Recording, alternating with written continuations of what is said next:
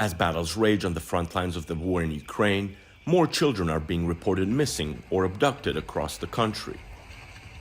Russians are not only taking Ukrainian children by force, but they've also impeded any possibility of reuniting them with families or returning them home and prohibited all forms of communication.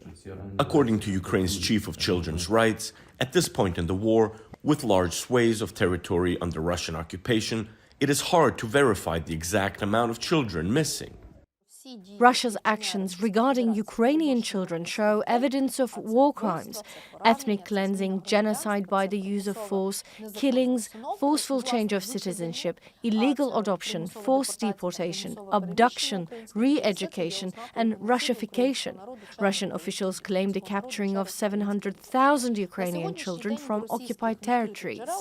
The head of the Kremlin's Defense Committee has publicly proposed taking Ukrainian children from occupied territories in order to re-educate them at Russian military schools.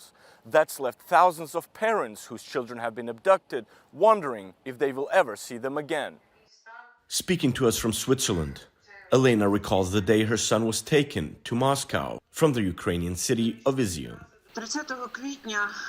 On April 30th, my mother and son Andriy came to my workplace, the hospital, to charge phones. Heavy shelling started. I took them to the shelter entrance across the hospital and ran back. At that moment, a missile strike hit, killing my mother instantly and wounding my son. In shock, I ran to help my son, who was badly wounded, suffering from internal bleeding and a spinal injury. Armed Russian troops arrived, they took my son and said they would help him at their military hospital.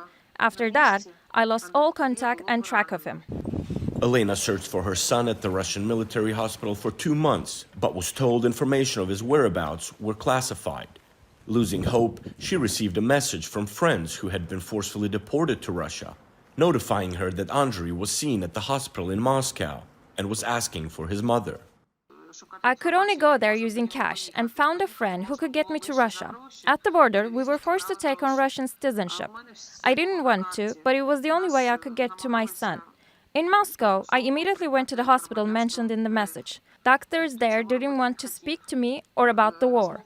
Others shouted, "You're a fascist, why are you here?" I roamed the hospital.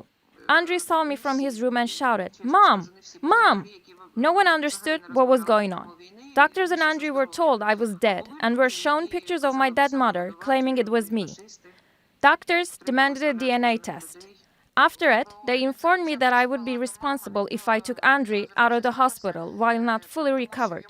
I said, of course, he is my son. Took him, and we left. We cannot disclose the route Elena and her son took to escape Russia, as it is still active. But she confirmed for us that she recognized other Ukrainian children from Izium being treated at the same Moscow hospital. Perhaps some hope then for other parents who are desperately seeking their most loved ones. Semir Seifovich, TRT World, Kiev, Ukraine.